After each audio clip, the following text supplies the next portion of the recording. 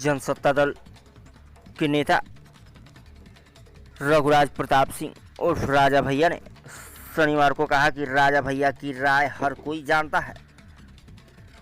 Party कार्यकर्ताओं की एक बैठक में मैंने अपने सभी शुभचिंतकों से कहा कि मेरी पार्टी का कोई भी उम्मीदवार चुनाव नहीं लड़ रहा है और किसी भी पार्टी के साथ कोई गठबंधन भी नहीं है।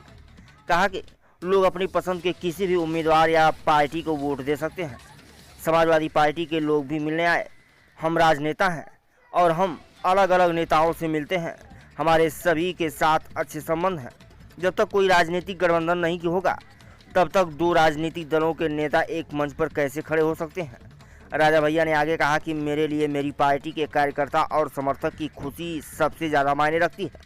मुझे नहीं पता कि किसी ने ऐसा किया है या नहीं। मुझे चुनौती दी। प्रधानमंत्री नरेंद्र मोदी का नेतृत्व अद्भुत है। उन्होंने अच्छे ऐतिहासिक फैसले लिए हैं और भारत को आगे ले गए हैं। बता दें कि कौशाम्बी सुरक्षित लोकसभा सीट के लिए 20 मई को होने वाले चुनाव में इस बार भी कांटे का मुकाबला होगा। जनसत्ता दल लोकतांत्रिक के राष्ट्रीय अध्यक्ष व कुंडा विधायक रघुराज प्रताप सिंह उर्फ राजा भैया ने कौशाम्बी सांसद को चुनने का दायित्व तो सीधे वोटरों के कंधों पर छोड़ दिया है। उन्होंने स्पष्ट कर दिया है कि उनकी पार्टी किसी दल के साथ नहीं है। इससे वोटरों की उलझ बढ़ गई है। इसके साथ ही भाजपा, सपा और बसपा के नेताओं की जिम्मेदारी और बढ़ जाएगी। वोटरों को रिझाने के लिए कौशाम्बी लोकसभा में 5 विधानसभाएं आती हैं। मंझनपुर, चायल और सिराथू विधानसभा कौशाम्बी जनपद में है। कुंडा और बाबागंज विधानसभा प्रतापगढ़ जनपद में है। इस बार जनसत्ता दल ने चुनाव न लड़ने का निर्णय लिया है, तो इसके बाद ही यहाँ पर अटकलों का बाजार गर्म हो गया था। देखें पूरी रिपोर्ट। देखिए, सब लोग ये जानना चाहते हैं तो सब लोगों को पता भी है कि राजा भैया का क्या रुख है। एक कार्यकर्ता सम्मेलन के माध्यम से हमने अपने सभी शुभेच्छुओं को ये कह दिया है कि दल का कोई प्रत्याशी मैदान में नहीं है और गठबंधन भी किसी दल से नहीं है। आप लोग स्वविवेक से, स्वेच्छा से जहाँ चाहें, जिसको चाहें मतदान करें, समर्थन करें, आशीर्वाद करें। लेकिन आपकी मुलाकात अमित शाह से भी बेंगलुरु में आपकी मुलाकात हुई। इस मुलाकात के बाद भी आखिरकार न्यूट्रल नहीं, हम बताते हैं। देखिए, मुलाकातें तो सब समय, आपने जैसे भाजपा प्रत्याशी का नाम लिया तो मुलाकात करने सपा प्रत्याशी भी है। आप भी कई पत्रकारों से मिलते हैं तो क्या उनके चैनल में थोड़ी शामिल हो जाते हैं? या हम लोग राजनीति में हैं, अलग अलग दलों के नेता भेंट होती रहती, बात होती रहती है, संबंध सबसे अच्छे। लेकिन जब तक दल का गठबंधन नहीं हुआ तब तक एक दल का नेता दूसरे दल के मंच पे कैसे जा सकता है?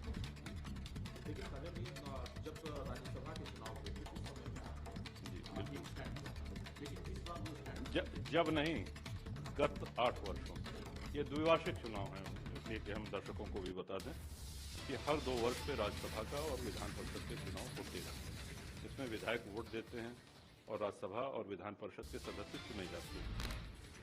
तो ये 2018 से हम लेते आ रहे हैं। जब आवश्यकता पड़ती थी तो भाजपा के संगठन के कुछ लोग आए और माननीय मुख्यमंत्री जी ने बुलाया। उन्होंने कहा कि वोट चाहिए, तो तब से हम देते हैं। लेकिन जो आपका स्टैंड है तो इसको लेकर के कार्यकर्ताओं में गुट बन गया है। कुछ लोग सरोज जी के समर्थन में खुलेआम देखे गए हैं। तो आप जो जहाँ है खुलेआम है, उसमें कहीं कोई दबने वाली बात नहीं है। जो जिसके भी समर्थन में खुलेआम। भैया, जो आपका स्टैंड है, आप पिछले कुछ दिनों में जो बयानबाजी होती लगातार राजा भैया को देखिए, हाँ, हम एक चीज ये कहेंगे कि हमारे लिए ये मैटर करता है कि हमारे समर्थक, हमारे कार्यकर्ता वो प्रसन्न, जिनकी बदौलत हम हैं, तो हमारे इस निर्णय का उन्होंने स्वागत किया है, वो प्रसन्न है। लेकिन जिस तरह से निजी तौर पर आपको चुनौती देने की कोशिश की गई अनुप्रिया पटेल ने, चाहे जो यहाँ के सांसद है, तो होकर या क्षत्रिय समाज को लेकर के कई बातें हमको किसी ने चुनौती दी है ऐसी कोई जानकारी हमको नहीं। और जो बयानबाजी है हुई है क्षत्रिय समाज के उसको लेकर के कोई नाराजगी नहीं, यहाँ पे किसी ने बयानबाजी नहीं करी।